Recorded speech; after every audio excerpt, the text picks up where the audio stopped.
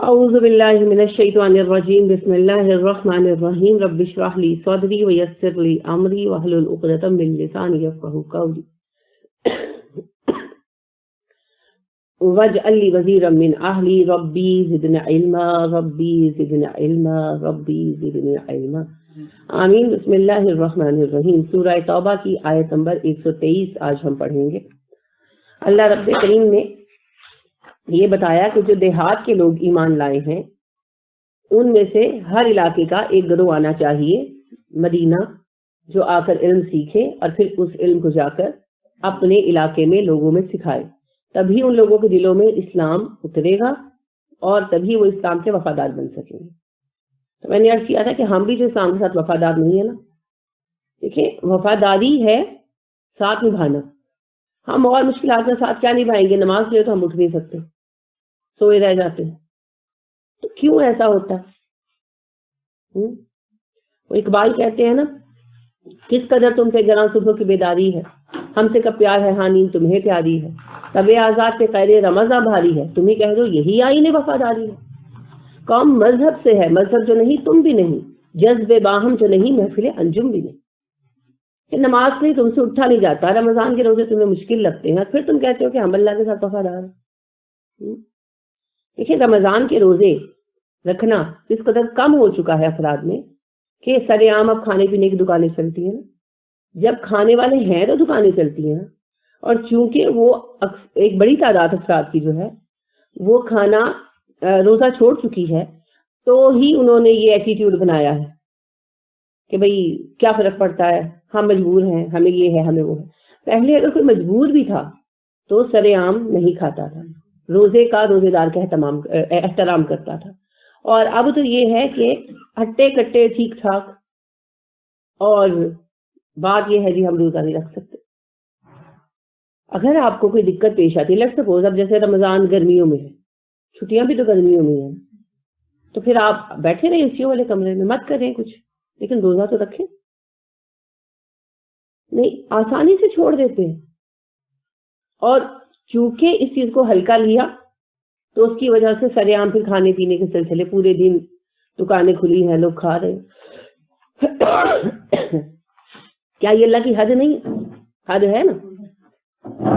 اور بے حیائی، ایک تو چھوڑنا روزہ اور اس پر ڈٹائی کے ساتھ چھوڑنا، ہمیں کسی کا ڈر نہیں ہے۔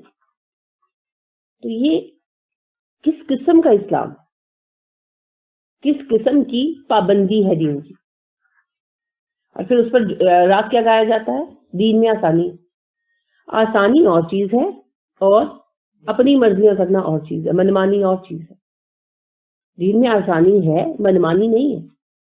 جب میرا دل چاہے گا میں جو کروں گا، یہ نہیں ہے۔ آسانی یہ ہے کہ جہاں آپ کے پاس آسان راستہ ہے آپ آسان راستے پر چلیں۔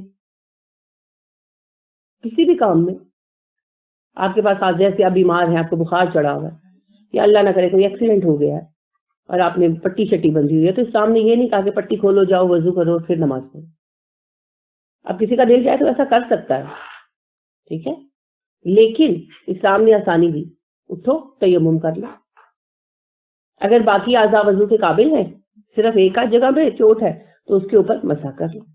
اور اگر اتنی تکلیف ہے، ان کے بعض اوقات ہوتا ہے نا بخار بہت زیادہ ہوتا ہے، 102 103 ہوتا ہے، ہمت نہیں ہوتی کہ پانی کے قریب بھی جائیں، یا چوٹ ہی ایسی ہے کہ اٹھ ہی نہیں سکتے، یا کمر میں چک پڑ گئی ہے، ہل نہیں سکتے، تو اللہ نے کہا کچھ نہیں ہوتا، دیوار پہ ہاتھ مارو، تیمم کرو، نماز پڑھو، کوئی پابندی نہیں۔ یہ آسانی، لیکن یہ آسانی نہیں ہے کہ میں ٹھیک ٹھاک ہوں، ہٹا کٹا ہوں اور میں نے نماز ہی نہیں پڑھی، یہ آسانی نہیں۔ یہ ہے اپنی مرضی پر زندگی گزارنا۔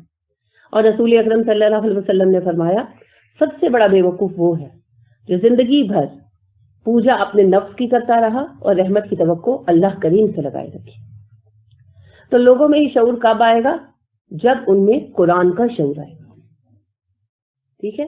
تو لہٰذا پھر قرآن پڑھنا پڑھانا ہم سب کا فریضہ ہے، اپنے افراد تک پہنچانا۔ اگر ہم یہ چاہتے ہیں کہ پاکستان اسلامی جمہوریہ بن جائے، یہاں اسلام نافذ ہو جائے، تو اس کا ایک ہی حل ہے کہ ہم افراد تک قرآن پہنچائیں۔ ڈاکٹر افسرات صاحب کہا کرتے تھے اور صحیح کہا کرتے تھے کہ اگر پاکستان کے 1/3 لوگ صحیح ہو جائیں تو پاکستان کے معاملات درست ہو جائیں گے. وہ ٹھیک کہتے تھے, وہ اپنی طرف سے نہیں کہہ رہے تھے.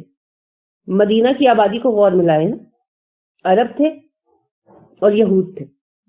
اب یہود تو مسلمان ہی نہیں ہوئے, عربوں میں بھی ایک گروہ منافقین کا رہا اور باقی مسلمان ہوں گے. تو منافقوں یہود کو اب دیکھیں تو تقریباً 1/3 ہی بنتا ہے جو صحیح مسلمان ہوا. تو مدینہ کے حالات کیا ہوئے؟ ایک چھوٹے سے ٹاؤن سے وہ ہمارا کیپٹل بنا. سیاسی اعتبار سے, مذہبی اعتبار سے وہ آج تک رشد و ہدایت کا مرکز ہے, قیامت تک رہنے والا ہے. تو پھر ان کی بدولت رفتہ رفتہ منافقین میں سے بھی اکثریت درست ہوتی چلی گئی, اور جو درست نہیں ہوئے ان کے شر کو دوسرے لوگوں تک پہنچنے کا موقع نہیں ملا. اور پھر وہ وقت آیا کہ پورا عرب دل سے مسلمان ہوا, کیونکہ صحابہ نے اس چیز پر عمل کیا نا. جو دیہات کے اکثر لوگ ایمان لائے تھے انہوں نے بس حالات کیا رخ دیکھ کر اسلام قبول کر لیا تھا.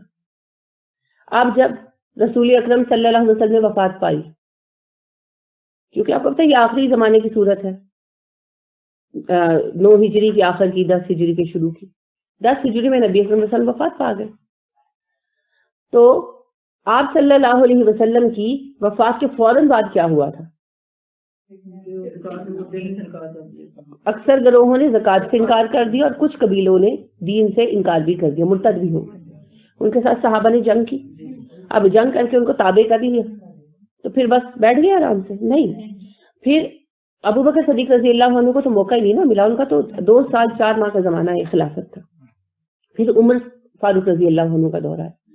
تو عمر فاروق رضی اللہ عنہ نے باقاعدہ سلیبس بنوائے اور لازم کر دیا کہ اتنی صورتیں ہر کسی کو آنی چاہیے. سورہ بقرہ, آل عمران, سورہ نساء, سورہ مائدہ, سورہ نور, سورہ احزاب. انہوں نے کہا ان صورتوں کے مضامین تشریح ہر کسی کو آنی چاہیے, خواہ وہ مرد ہو خواہ وہ عورت ہو. لازم کر دیا, کمپلسری کر دی. اور اس کے لیے خطیب, امام, ٹیچرز مقرر کیے اور ان کی تنخواہیں مقرر کی. لہذا لازم ہو گیا, سب پڑھنے لگے. نہیں بھی پڑھنا چاہتے تھے نا, آنا پڑتا تھا, گورنمنٹ کی طرف سے کمپلسری ہو گیا تھا. ٹھیک ہے, جیسے آج کل یورپ میں یا امریکہ میں جونیئر اسکول ایجوکیشن جو ہے نا وہ کمپلسری ہے, او لیول تک کمپلسری کرواتے ہیں, پھر آگے کوئی پڑھے نہ پڑھے وہ اس کی مرضی ہے.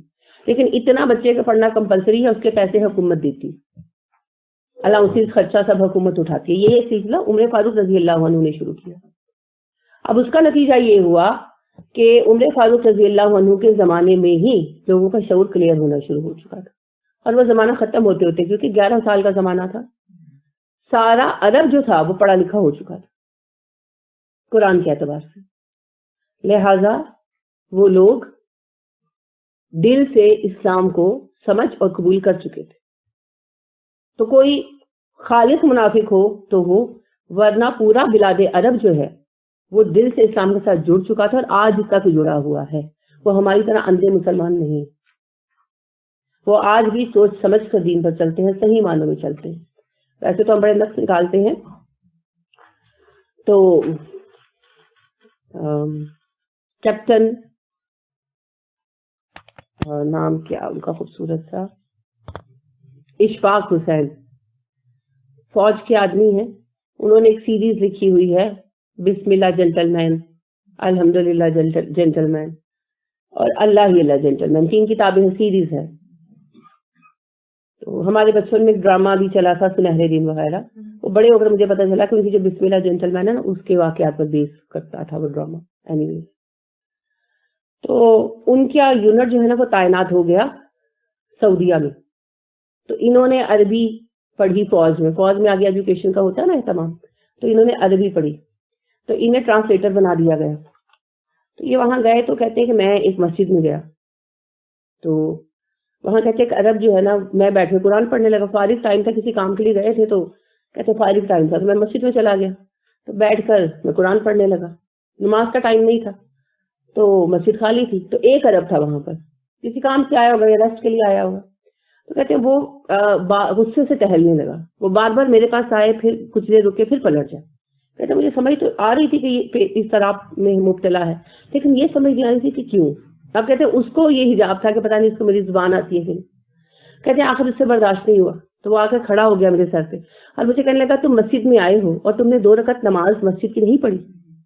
تو کہتے ہیں میں اس کو تو تھا کہتے زبان آتی نہیں لیکن ان کو بھی آتی تھی، تو تھے ہی ٹرانسلیٹر اپنے جو ہے فوج کی رجمنٹ کے. تو کہتے ہیں میں نے کہا کہ میں قرآن پڑھ رہا ہوں، یہ بھی تو باعث ثواب ہے. کہتے اس کا چہرہ نا سرخ ہو گیا، وہ ضبط کرتے ہوئے یعنی آرام سے کہنے لگا، ورنہ کہتے مجھے لگ رہا تھا کہ مجھے پھاڑ کھانا چاہتا ہے. کوئی کہنے لگا میں تمہیں اللہ کے نبی کی سنت بتا رہا ہوں کہ مسجد میں آؤ اور 2 رکعت نماز پڑھو، تم مجھ سے بحث کر رہے ہو کہ تم قرآن پڑھ رہے ہو. تو کہتے مجھے پھر ہمت نہیں کہ میں اس سے مزید آرگیو کرتا. میں نے اٹھ کر 2 رکعت تحیۃ المسجد پڑھی. اور یہ کوئی بہت پرانی بات نہیں ہے، ٹھیک ہے، 70s کی بات ہے. تو آج بھی عربوں میں دین کا صحیح شعور ہماری نسبت بہت زیادہ بہتر ہے. جاہل تو ہر قوم میں ہوتے ہیں، غافل بھی ہر قوم میں ہوتے ہیں، لیکن بات میجورٹی کی ہوتی ہے. تو یہ وابستگی کہاں سے آئی؟ صحابہ نے اس حکم پر عمل کیا کیونکہ نبی اکرم صلی اللہ علیہ وسلم کو تو موقع ہی نہ ملا. تبوک کے بعد کچھ ضروری کام ہوئے، کچھ علاقوں میں اپنے تعیناتیاں فرمائیں، پھر آپ صلی اللہ علیہ وسلم حج کے لیے چلے گئے، پھر بیمار ہوئے، بیمار تو تھے، بیماری زیادہ بڑھ گئی اور پھر آپ صلی اللہ علیہ وسلم وفات فرما. لہٰذا آپ صلی اللہ علیہ وسلم اس کام کو کما حقہ پورا نہیں کر پائے، موقع ہی نہیں ملا. تو یہ ہدایت پھر صحابہ نے قبول کی اور قبول کرنے کے بعد اس کو پوری طرح نبھایا. اسی کا یہ نتیجہ نکلا کہ لوگوں کے دلوں میں اسلام اتر گیا. ہم نے اپنے لوگوں کو اسلام کی تعلیم نہیں دی. مجھے آج بھی حیرت ہوتی ہے. پہلی دفعہ یہ سوال میرے ذہن میں تب پیدا ہوا جب مسجد میں نماز باجماعت کے لیے جانے کا اتفاق ہوا کچھ مواقعوں پر، جیسے تراویح کے لیے، جمعہ کے لیے. تو لوگوں میں مسجد کا شعور بالکل نہیں، عورتوں میں تو دور کی بات ہے، مردوں میں بھی نہیں، صف بندی تک نہیں آتی. اور میں نے یہ دیکھا کہ کسی مسجد میں نے اپنی زندگی میں نہیں دیکھا کہ صف بندی کی اہمیت اور طریقوں سے آگاہ کیا گیا یا مسجد کے آداب ہی سے آگاہ کیا گیا. کچھ بھی نہیں پتا لوگوں کو. اور ممبر پر جو اللہ کے رسول کی سیٹ ہے، جو ممبر پر بیٹھتا ہے وہ نبی کریم صلی اللہ علیہ وسلم کی جانشینی کرتا ہے. تو اللہ کے نبی صلی اللہ علیہ وسلم کی سیٹ پر بیٹھ کر کیا چل رہا ہوتا ہے؟ وہابی ایسے، سنی ایسے، یا پھر سیاسی معاملات، یا پھر جو ہے عجیب و غریب باتیں چلتی رہتی جن کی کوئی اہمیت نہیں، کوئی اہمیت نہیں، وہ باتیں چلتی رہتی. اور جن کی اہمیت زندگی میں روزمرہ معاملات میں ہے ان پر بات سنائی نہیں دیتی. اس کا سبب کیا ہے؟ سیریسنس نہیں ہے. اور پھر ایک اور بات یہ ہے کہ سارا زور کس پر رہتا ہے؟ شریعت سکھانے پر. شریعت قانون کا ایک حصہ ہے، اس میں کوئی انکار کی بات نہیں. لاز سیکھنے ہی ہوں گے ہمیں، لیکن مسئلہ یہ ہے کہ یہاں لاز کے صرف ان حصوں پر زور دیا جاتا ہے جن میں اختلاف ہے، یعنی رفع الیدین کریں یا نہ کریں. ہر نیا بندہ یہی سوال کرتا ہے آ کر، پر یقین کریں مجھے برا لگتا ہے. یعنی پورا دین چھوڑ کر ایک رفع الیدین پر ہی آپ کا ایمفیسائز کیوں ہے؟ کیا ہو گیا؟ لیکن ہم لوگوں کو تنازعات میں مزہ آتا، لہذا مسجدوں میں بھی یہی موضوع چل رہے تھے. آمین کہیں یا نہ کہیں، میلاد کریں یا نہ کریں، یہ معاملات اہم ہیں، لیکن کیا یہ کوئی دین ہے؟ ہم نے دین کے سارے فرائض ادا کر لیے ہیں، ہم نے دین کی ہر بات سمجھ لی ہے، توحید تک تو ہماری کلیئر نہیں ہے. رسالت کے منصب کی اہمیت کیا ہے اور مراد اس سے کیا ہے یہ تو ہم جانتے نہیں ہیں. اور باتیں کرتے ہیں ہم ان معاملات کی جن کا تعلق ہی کلامی بحثوں سے ہے. یہ بھی یاد رکھیے گا، یہ جتنی یہ بحثیں ہیں نا کہ رسول اللہ صلی اللہ علیہ وسلم نور تھے یا بشر تھے، آپ کا سایہ تھا یا نہیں تھا، آپ صلی اللہ علیہ وآلہ وسلم کی یعنی پسینے کی بو کیسی تھی وغیرہ، یہ جتنی بھی ایسی بحثیں ہیں یہ ساری کلامی بحثیں علم کلام کی وجہ سے وجود میں آئی. یہ دینی بحثیں نہیں ہیں، یہ شریعت کا حصہ بھی نہیں ہے، یہ سب کلامی بحثیں. اور علم کلام میں پڑھنا اتنا وقت ضائع کرنا. لیکن مسئلہ یہ ہے کہ ہمیں دین کا شعور ہی نہیں ہے کہ دین کہتے کسے. لہذا یاد رکھیں پہلی بات ہم سب پر فرض ہے قرآن کریم پھیلانا، اور دوسری بات کہ تفقہ فی الدین میں دو چیزیں ہیں، قرآن اور سنت، ان میں قوانین خود بخود آ جائیں گے۔ جو اختلافی معاملات ہیں ان میں اختلاف ہم نے کیا، کیوں کیا اختلاف؟ بغیم بینہم، آپس کے اختلافات کی وجہ سے، آپس کے ضد کی وجہ سے۔ لہٰذا آپ جب بھی غور فرمائیں گے بالکل امپارشل ہو کر تو آپ دیکھیں گے کہ سارے اختلافات بہت ہی معمولی اور حقیر نوعیت کے ہیں، اور دوسری بات آپ یہ دیکھیں گے کہ ان کا کوئی سبب نہیں بنتا، ان کی کلیئر اور واضح دلائل موجود ہے۔ پھر اختلاف کیوں کیا جاتا ہے؟ محض اپنے گروہ کی وابستگی کی بنا پر، یعنی بغیم بینہم، ایک دوسرے کی ضد میں۔ تو لہٰذا تفقہ فی الدین کو صحیح معنوں میں لینا ہے ہم، اور جب تک ہم یہ کام نہیں کریں گے ہمارا ملک ہو یا کوئی بھی ملک ہو وہاں کے مسلمان اسلام کے ساتھ وفادار نہیں ہو سکتے۔ یا ایھا الذین آمنو، اے ایمان والو، قاتلو، جنگ کرو، الذین، ان لوگوں کے ساتھ، یلونکم، جو قریب ہے تمہارے، لام یہ نون سے ہے، من الکفاری، کفار میں سے، اے ایمان والو جو کفار میں سے تمہارے قریب ہے ان سے جنگ کرو۔ اب لگتا یہ ہے کہ جس کے پاس کوئی کافر ہے تو وہ تلوار نکال کے اسے قتل کرنے چل پڑے، ہے نا؟ اگر آپ آؤٹ آف کانٹیکسٹ نکالیں گے تو یہی لگے گا، مگر ابھی آیت پڑھیں، وَلْيَجِدُوا، اور وہ پائیں، فیکم، تم میں، غلظۃً، سختی، غین لام زوئے، مضبوطی، غلظ مضبوطی، پختگی، پائیداری کو کہتے ہیں۔ جملہ اب مکمل ہوا ہے، ٹھیک ہے، واؤ پر تو آگے چل رہا ہے نا، تم کھانا نکالو، اور اب جب تک اور کا آگے مطلب نہیں آتا، جملہ نہیں آتا، بات انکمپلیٹ ہے نا۔ ہو سکتا ہے خود کھانا ہو سکتا ہے کسی کو دینا ہو سکتا ہے فریج میں رکھنا ہو، تو پھر ویٹ کیا جاتا ہے، انتظار کیا جاتا ہے اور سے آگے بات آنے کی، تو واؤ اور ہے نا، لہٰذا اب آخر بات مکمل ہوئی۔ یا ایھا الذین آمنوا قاتلوا الذین یلونکم من الکفار ولیجدوا فیکم غلظۃً، اے ایمان والو جو کفار تمہارے قریب ہیں ان کے ساتھ جنگ کرو، اور یہ ضروری ہے کہ تمہارے اندر پائیداری پائے، تمہارے اندر استقامت پائے، مضبوطی پائے۔ کیا مطلب ہے؟ یہاں پھر کفار سے مراد منافقین ہے، ٹھیک ہے، مشرک وغیرہ مراد نہیں ہے بنیادی طور پر، اور اگر مشرک مراد بھی لیے جائیں تب بھی مفہوم پر کوئی خاص فرق نہیں پڑتا۔ یہاں جنگ سے مراد لفظ قتال کا استعمال ہوا ہے اس کی شدت کو ظاہر کرنے کے لیے، مراد یہ نہیں کہ تلواریں نکالو اور قتال شروع کر دو، مراد یہ ہے کہ ان کے معاملے میں اپنے رویے کو واضح کرو۔ کیسے؟ جیسے آپ نے پیچھے پڑھا ہے کہ اب چونکہ اسلام کا پیغام عام ہو چکا ہے، اسلام ایک قوت بن چکا ہے، تو دوسروں تک اسلام کا پیغام غلط معنوں میں نہ پہنچے، اس لیے بھی، اور اس لیے بھی کہ اسلام کو اب مصلحت کے اندر رہنے کی ضرورت نہیں ہے، تو جو منافق گروہ ہے اس کے ساتھ رویے میں سختی پیدا کرو۔ کن معنوں میں؟ دین کے اہم کاموں میں شریک نہیں کریں گے، مشاورت میں شریک نہیں کریں گے، منصب نہیں دیں گے ان کو بڑے بڑے، جیسے دیکھیں عبداللہ بن ابی منافق تھا نا، ہر بڑی مشاورت میں شریک ہوتا تھا، ہر بڑی مشاورت میں شریک ہوتا تھا، حالانکہ پتا تھا کہ یہ منافق ہے، کنفرم پتا تھا، مگر کچھ لوگ تو ایسے تھے صحابہ میں سے جو اس کا اس وجہ سے لحاظ کرتے تھے کہ وہ محبت پیار کا تعلق تھا ان کا، قبیلہ اوس میں سے جو تھا، اور جو خزرج والے تھے وہ محض اس وجہ سے چپ رہتے تھے کہ بھئی پھر ہماری اوس والوں سے لڑائی ہو جائے گی، اور نبی کریم صلی اللہ علیہ وسلم اختلاف کو دبائے رکھنے کے لیے چپ رہتے تھے۔ تو اب اللہ کریم نے فرمایا نہیں، اب یہ نہیں چلے گا، جو منافق ہے اس کو کارنر کر دو۔ یہ تفصیل سے آپ نے حکامت پڑھ لی ہے نا، رویے میں سختی کیسے ظاہر کرنی ہے، انہیں مشاورتوں میں شریک نہیں کیا جائے گا، اہم رازوں سے پوشیدہ رکھے جائیں گے، مسلم سوسائٹی میں انہیں منصب نہیں دیے جائیں گے، انہیں رویے جو ان کے ساتھ ہیں ان سے پتہ چلنا چاہیے کہ وہ سیکنڈ سٹیزن ہے گویا کہ ہمارے لیے، ان سے دوری رکھی جائے گی چاہے وہ ہمارے قریبی بھی ہو۔ اور پھر سب سے اہم بات، جب وہ مریں گے تو امت کا صالح گروہ جو ہے، کریم آف دا سوسائٹی جو ہے، وہ ان کی نماز جنازہ میں شریک نہیں ہوگی۔ تو یہ ساری علامتیں کس چیز کو شو کریں گی؟ اس بندے کی اہمیت نہ ہونے کو۔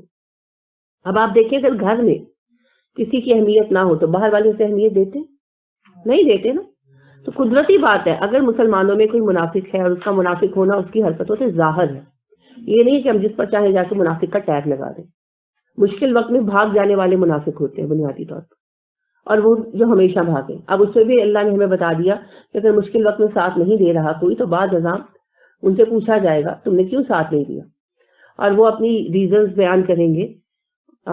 اگر تو کوئی صحیح عذر ہے تو پھر تو معاف کیا جائے گا, تحقیق کی جا سکتی ہے نا. اگر وہ بہانہ بنا رہے تب بھی ثابت ہو گیا منافق ہے.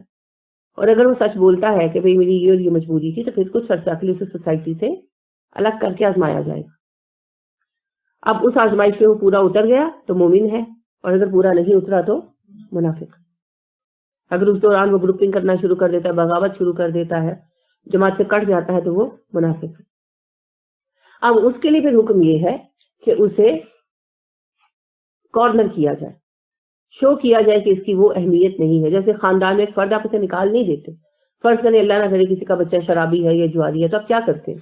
نکالتے تو نہیں, رہتا تو گھر میں ہی ہے. یہ بھی نہیں کہ آپ بات چیت نہیں کرتے, یہ بھی نہیں کہ وہ بیمار ہے تو آپ دوائی نہیں دیتے, ایسا کرتے ہیں نہیں کرتے. یہ بھی نہیں کہ ایکسیڈنٹ ہو گیا تو جا کے پوچھتے نہیں, سب کچھ کرتے ہیں. کھانا بھی دیتے ہیں, کپڑے بھی دھو کے استری کر کے دیتے ہیں, صرف کیا کرتے ہیں اہمیت نہیں دیتے. یہ وہی بات, سب کچھ کریں گے ہم اس کے لیے لیکن اس کو اہمیت نہیں دیں گے. اور یہ بات باہر سے آنے والے اجنبیوں کو بھی فیل ہو جاتی ہے, پھر وہ بھی اس کی بات کی اہمیت نہیں دیتے.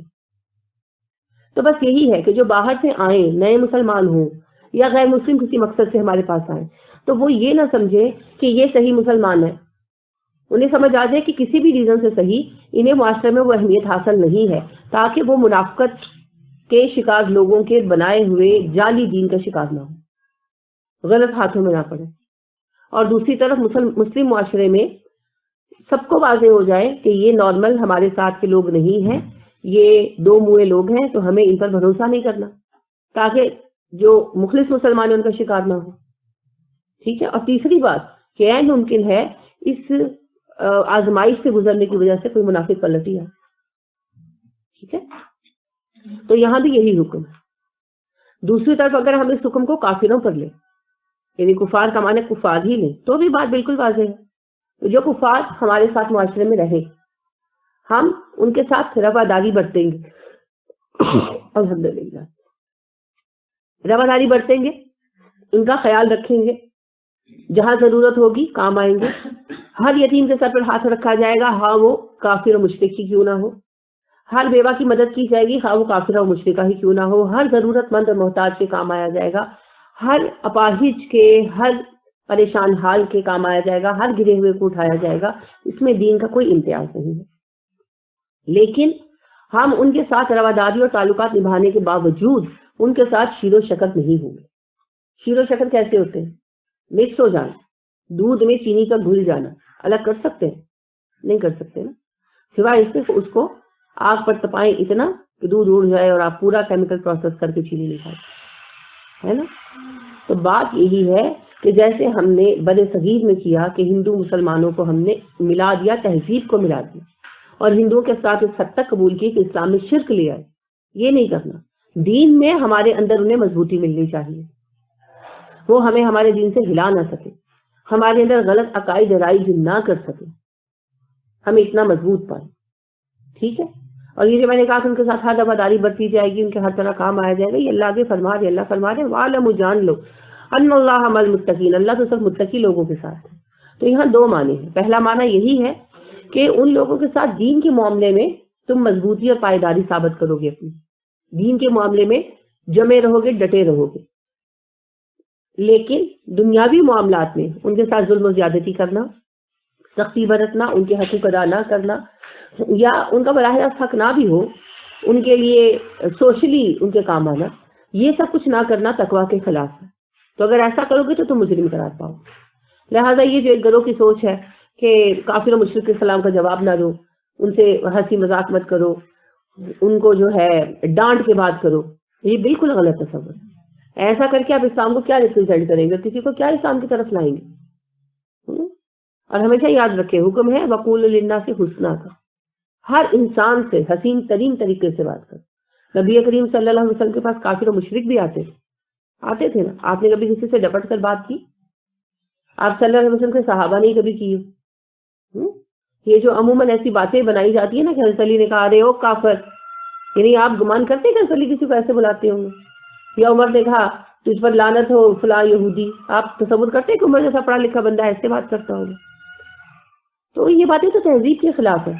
صحابہ کا اخلاق تو اس سے بہت بلند و برتر تھا. لہذا یہاں ایک معنی یہ ہے کہ دوسروں کے ساتھ وہ کافر ہوں، مشرک ہوں یا منافق، جو ہم نے مضبوطی دکھانی ہے، وغلظ بمانے مضبوطی، پائیداری، استقامت، ڈٹائی، ڈٹے رہنا. وہ جو ڈٹے رہنا ہے وہ مذہب کے معنوں میں ہے. دنیاوی اعتبار سے مسلمان ہر کسی کے لیے کام آئے گا، کیونکہ مسلمان تو دنیا کے لیے ذمہ دار بنائے گئے. آپ دیکھیے مسلمانوں نے جہاں جہاں حکومت کی وہاں وہاں کے لوگوں کے دل جیتے. لہٰذا جب روم والوں کے ساتھ جنگ چل رہی تھی تو روم میں ہونے والی جنگوں میں جنگ قادسیہ بڑی اہم جنگ ہے، فیصلہ کن جنگ تھی. اس کے بعد رومیوں کے قدم کہیں جم نہیں سکے. مسلمانوں کا کل لشکر 60,000 تھا اور مسلمانوں نے کئی شہر بھی فتح کر لیے تھے اور لشکر کو 3 حصوں میں بانٹا ہوا تھا. ایک کے سردار قتیبہ بن مسلم تھے، ایک کے خالد بن ولید تھے اور ایک کے ابو عبیدہ تھے. ابو عبیدہ جو ہے وہ ویسے سپریم کمانڈر تھے، یہ تقسیم انہوں نے ہی کی تھی. سب کے پاس 20-20 ہزار افراد تھے اور 3 سمتوں میں پیش قدمی کر رہے تھے. تو جو فتح مفتوحہ ایریاز تھے وہاں پر ظاہری بات ہے کہ انہوں نے جزیہ وغیرہ اکٹھا کیا اور وہاں پر اپنے کچھ افراد تعینات کیے اور آگے بڑھتے گئے. تو قادسیہ کا وارکا کی اطلاع جو ہے انہیں ملی. قادسیہ جو تھی علاقے کا نام ہے، اسے مسلمانوں نے چنا جنگ کے لیے. اطلاع یہ ملی کہ شاہ روم نے اپنے سب سے اہم سالار ہرمز کو بھیجا ہے اور وہ جو ہے 1 لاکھ کا لشکر لے کر آ رہا ہے یا 1.5 لاکھ کا لشکر لے کر آ رہا ہے.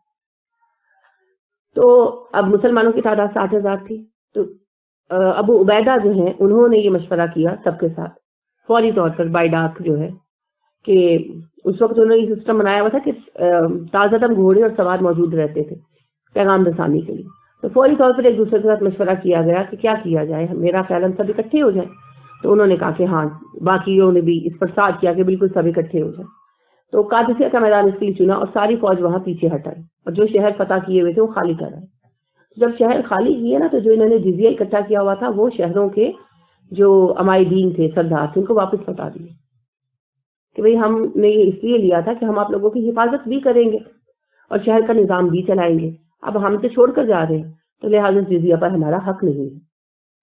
تو اب ہم دیکھیں کیا بنتا ہے.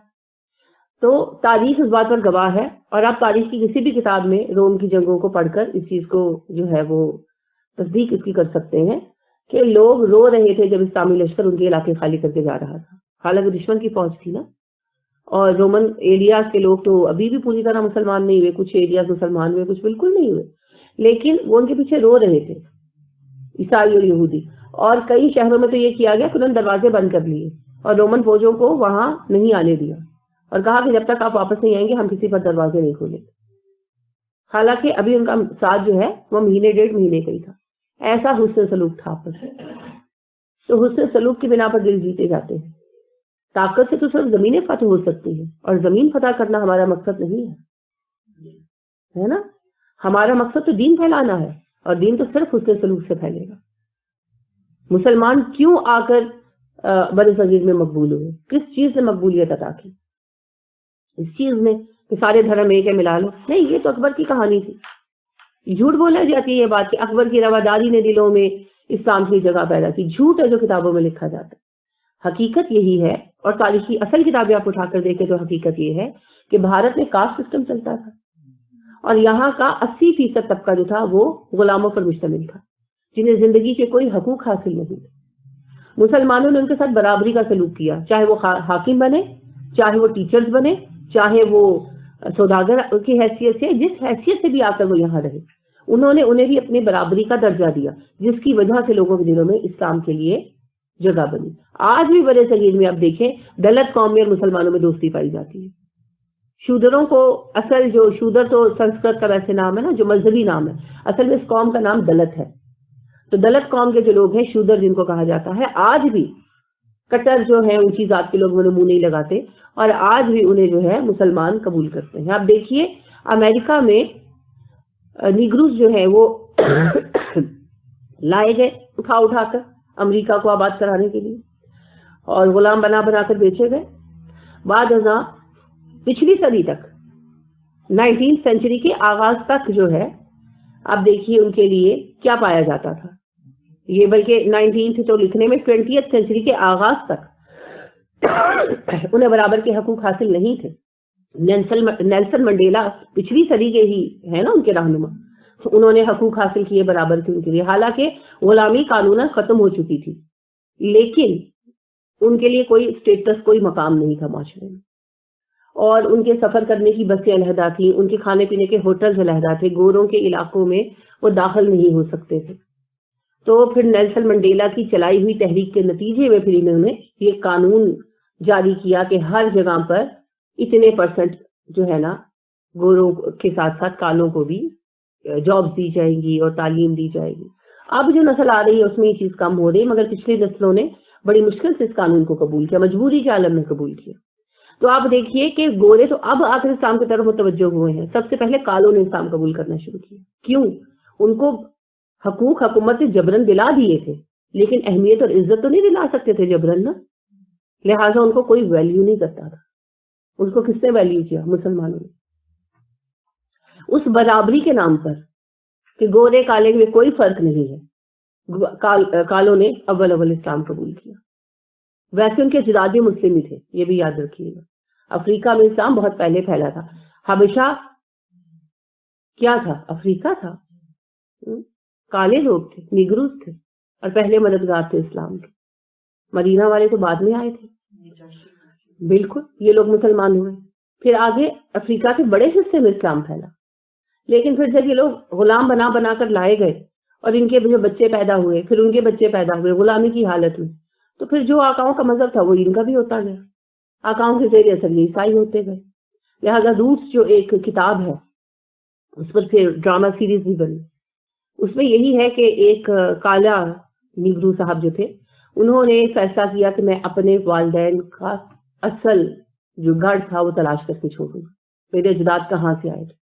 تو تلاش کرتے کرتے وہ افریقہ کے اس مقام تک پہنچے, اور اسی تلاش کا پورا نام جو ہے وہ یہ کہانی ہے, روٹس, جڑ کو کہتے ہیں نا. وہ اپنی روٹ تک پہنچے تو یہی پتہ چلا تو پورا قبیلہ کا قبیلہ مسلمان تھا, اور جو ساتھ کے غیر مسلم قبائل تھے نا وہ نفرت اور غصے کی وجہ سے اٹھا کر بیچ دیتے تھے انہیں. تو یہ بک کر یہاں آئے, اول مسلمان تھے, پھر جو زیادتیاں سہی, ظلم سہے, پھر مر آ گئے, ان کے بچے بڑھے, تو غلامی کی حالت, نہ علم نہ تعلیم نہ شعور, تو پھر مذہب بھی گیا. تو پھر دوبارہ سب سے پہلے لبیک کہنے والے اسلام پر یہی نیگروز تھے. کیوں؟ کہ پسے ہوئے تھے, انہیں برابری نہیں ملی. تو سب جگہوں پر پھر اسلام کیسے پھیلا؟ حسن سلوک کی وجہ سے. تو اگر ہر کسی کو کاٹ کھانے کو دوڑو گے تو اسلام کا پیغام کیسے دو گے؟ ایمبیسیڈر کیسے بنو گے؟ کس طرح بات پھیلاؤ گے؟ اور نبی کریم صلی اللہ علیہ وسلم کی تعریف بھی کیا کی اللہ نے. یہ اللہ کا احسان ہے نبی صلی اللہ علیہ وسلم کہ آپ نرم مزاج ہیں. اگر آپ سخت دل اور ترش روح ہوتے, زبان آپ کی تلخ ہوتی, تو لوگ آپ کے عزت سے چھٹ جاتے. تو ہم کیسے جو ہے ترشی اور تلخی اختیار کر کے دین پھیلا سکتے؟ کوئی حق نہیں. ہر کسی کے ساتھ اچھی بات, خیر کی بات. تو لہٰذا تقویٰ بھی یہ بات یہاں جو اللہ نے خاص طور پر جہاں بھی کوئی بات آتی ہے نا ریفرنس کے ساتھ آتی ہے, تو یہاں جو اللہ نے فرمایا کہ اللہ متقی لوگوں کے ساتھ ہے, یعنی تقویٰ اختیار کرو, یہاں اسی ریفرنس میں آیا کہ یہ جو تمہیں کہا گیا ہے ڈٹے رہو, اپنے طریقے پر قائم رہو, نرمی اختیار مت کرو. یہ مذہب کے معاملے میں ہے. معاشرتی حسن سلوک اپنی جگہ پر رہے گا. اگر تم نے اس میں عدم اعتدال ظاہر کیا, انہیں معاشرتی طور پر تنگ کیا, تو پھر تم غیر متقی ہو جاؤ گے. ایک اور بات دیکھیے, مسلمانوں کے ساتھ غیر مسلم ہمیشہ زیادتی کرتے. برما میں ہو رہی ہے نا. تو وہ کیا ظاہر کر رہے ہیں کہ ان کا مذہب بہت چھوٹا ہے اور ان کا ذہن بہت چھوٹا ہے. وہ اپنے سوا کسی کو جینے کا حق نہیں دیتے. بھارت میں آئے دن مسلمانوں کے ساتھ ہوتا رہتا ہے مسئلہ, کیونکہ وہ مسلمانوں سے مسلمان ہونے کی وجہ سے نفرت کرتے ہیں. رائٹ. تو یہی ہم کریں گے تو پھر ہم میں اور برما والوں میں یا ہم میں اور بھارتیوں میں فرق کیا رہ جائے گا؟ کس بات کا فرق رہے گا؟ پھر تو ہم سب ایک ہی تھیلی کے چٹے بٹے ہو گئے نا, کہ ان کو موقع ملا تو ہمیں مار دو, ہمیں موقع ملا تو انہیں مار دو. نہیں, مومن تو ایسا ہوتا ہی نہیں. مومن تو ہر کسی کے کام آتا ہے. اچھا جب الاؤنسز لگائے گئے تھے تو کیا صرف مسلمانوں کے لگائے گئے تھے؟ سب کے لگائے گئے تھے. یہ نہیں تھا کہ مسلمان بیوہ کا الاؤنس لگے گا, مسلمان یتیم کا الاؤنس لگے گا. ہر یتیم کا الاؤنس لگے گا, ہر بیوہ کا الاؤنس لگے گا, ہر بیمار کا, ہر اپاہج کا, ہر بوڑھے کا. ان معاملوں میں سب برابر ہیں. پوسٹ حاصل کرنے میں بھی کسی پر پابندی نہیں تھی, تعلیم حاصل کرنے میں کسی پر پابندی نہیں تھی. ہاں کچھ خاص پوسٹیں تھیں اس وقت میں بھی, آج بھی ہے, ہر ملک کا ہوتا ہے کہ کچھ اہم عہدے ایسے ہوتے ہیں جو صرف وہاں کے مذہب کے لوگ ہی لے سکتے ہیں. تو وہ تو پھر ایک اصول ہے. وہ چند خاص پوسٹیں ہوتی ہیں جیسے وزیر اعظم, صدر, سپریم کمانڈر ہونا افواج کا, وہ چند خاص عہدے ہوتے ہیں. باقی میدان کھلا ہے, جس کا دل چاہتا ہے آئے, کام کرے, کامیابی حاصل کرے, کوئی پابندی نہیں. اور دوسرا معنی اس کا یہ ہے مال مستقین ہونے کا کہ اگر تم لوگ ان کے ساتھ مذہبی معاملات میں استقامت نہیں دکھاتے, مضبوطی نہیں دکھاتے, اور اپنے مذہب کی اصولوں کو چھوڑ کر ان کے رنگ میں رنگ جاتے ہو, تو بھی تم نے تقویٰ کی حدود توڑ دی. ایک طرف افراط اور دوسری طرف تفریط. تب بھی تم متقین کے دائرے سے نکل گئے, تب بھی اللہ تمہارے ساتھ نہیں. جیسے آج ہم نے تماشا بنایا ہے نا, آپ ایک بچی بھارت کی اور ایک بچی پاکستان کی تصویر اکٹھی اتارے تو آپ کیسے ڈفرینشیٹ کریں گے یہ مسلمان ہے یہ ہندو ہے؟ کیا ڈفرینشیشن ہے؟ کوئی نہیں, کوئی نہیں. تو پھر یہ ہے تقویٰ کی حدود کراس کر لینا. کیونکہ مسلمان یہ نہیں کہ وہ کوئی خاص لباس پہنتا ہے. مسلمان عورت کی پہچان کیا ہے؟ اس کا پردہ. مسلمان مرد کی پہچان کیا ہے؟ داڑھی صرف نہیں, اس کا پورا لباس, اس کا حلیہ, ٹھیک ہے نا. اس مرد بھی تو پردہ کرتا ہے, یعنی اپنے آپ کو کور کرتا ہے نا. تو لہٰذا اپنے آپ کو کور کرنا, نظریں جھکا کے رکھنا, اس کا اسلوب, ٹھیک ہے. اور وہ قدرتی آثار نماز کے جو چہرے پر ہوتے ہیں, اس سے مراد وہ محراب شریف نہیں ہے. ایک نمازی کا چہرہ پہچانا جاتا ہے. تو جو وضو کی قدرتی چمک ہے قیامت کے دن نظر نہیں آئے گی, دنیا میں بھی نظر آتی. لہٰذا آپ دیکھ لیں کہ جو نمازی افراد ہیں ان کے چہرے چمکتے رہتے. اور اس کی ایک سائنٹیفک لاجک بھی ہے, دن میں 15 دفعہ پانی سے منہ دھلتا ہے تو اسکن فریش رہتی ہے. اور سجدے میں جانے کی وجہ سے بلڈ سرکولیشن اچھی ہوتی ہے تو وہ بھی اسکن فریش رہتی ہے. اور سب سے بڑھ کر نور جو اللہ کریم کی طرف سے آتا ہے, جو نماز کا خاص انعام ہے. تو وہ سب ملنے کی وجہ سے انسان ممتاز نظر آتا ہے. ایک خاص پہچان ہے مسلمان کی. اب دیکھیں ایک ان پڑھ اور ایک پڑھا لکھا اکٹھے ہوتے ہیں تو پتہ چل جاتا ہے نا, بغیر کسی خاص نشانی کے پتہ چل جاتا ہے. کوئی گلے میں ڈگری نہیں لٹکائی ہوتی لیکن آپ کو آئیڈیا ہو جاتا ہے یہ شہری ہے, یہ دیہاتی ہے. اسی طرح مسلمان بھی پہچان دیا جاتا ہے, سب کے مابین پہچان دیا جاتا ہے. تو وہ پہچان ہم نے ختم کر دی, کوئی ہم نے فرق نہیں چھوڑا. رویوں سے, عادات سے, لباس سے, کسی چیز سے فرق نہیں چھوڑا. تو یہ فرق مٹا دینا, اس طرح گل مل جانا, یہ بھی تقویٰ کے خلاف ہے. تو نہ افراط نہ تفریط, اعتدال. مذہب میں ہم اپنی جگہ پر کھڑے رہیں گے اور دنیاوی معاملات میں ہم ان کے ساتھ ہر طرح کی رواداری, محبت, مروت کا اظہار کریں گے, ان سے بڑھ کر کریں گے. یہ ہے تقویٰ کا رویہ. واہ اور اذا جب, ماں جو بھی, اذا ماں جب کبھی بھی, انزلت اتاری جاتی ہے, سورتن کوئی سورت, فمنہم تو ان میں سے ہے, من کوئی, یقولو جو کہتا ہے, ایکم کون کون ہے تم میں سے, زادت ہو بڑھایا اس کو, ہی اس سورہ نے, ایمانن ایمان میں. جب کوئی سورت اترتی ہے تو ان میں سے کوئی فرد اٹھتا ہے اور مسلمانوں پر تنزن کہتا ہے, اب ذرا بتاؤ تم میں سے کون کون ہے جس کا ایمان اس صورت کی وجہ سے بڑھ گیا ہو. فَأَمَّا الَّذِينَ آمَنُوا, تو رہے وہ لوگ جو ایمان والے ہیں, فَزَادَتْهُمْ ایمانًا, تو ان کا ایمان تو بڑھتا ہے ان صورتوں سے. وَهُمْ يَسْتَبْشِرُونَ, اس حالت میں کہ وہ خوش ہو رہے ہوتے ہیں. صورتوں میں ان کے لیے جو بشارتیں ہیں ان سے خوش ہو رہے ہوتے ہیں. اب جیسے تبوک ہے, یہ سورہ توبہ, تو واقعات کے اعتبار سے میں نے کہا نا سورہ تبوک بھی ہم اس کو کہہ سکتے ہیں. تو اس سورہ میں جو اللہ نے بشارتیں دی، نکال لی آپ نے پڑھی کہ جس نے اللہ کی راہ میں سفر کیا اور جنگوں میں شریک ہوا تو ہر قدم جو اس نے طے کیا اور جتنی اس نے مشقت اٹھائی، جو بھوک پیاس سہی، جو فتح حاصل کی، جو مال حاصل کیا، ہر چیز اس کے لیے باعث اجر ہے، تو بشارت ہے نا۔ اب یہ کس طرف اشارہ ہے منافقین کا؟ منافقین نا قرآن کی ہر بات کو مذاق کا ذریعہ بنا لیتے تھے۔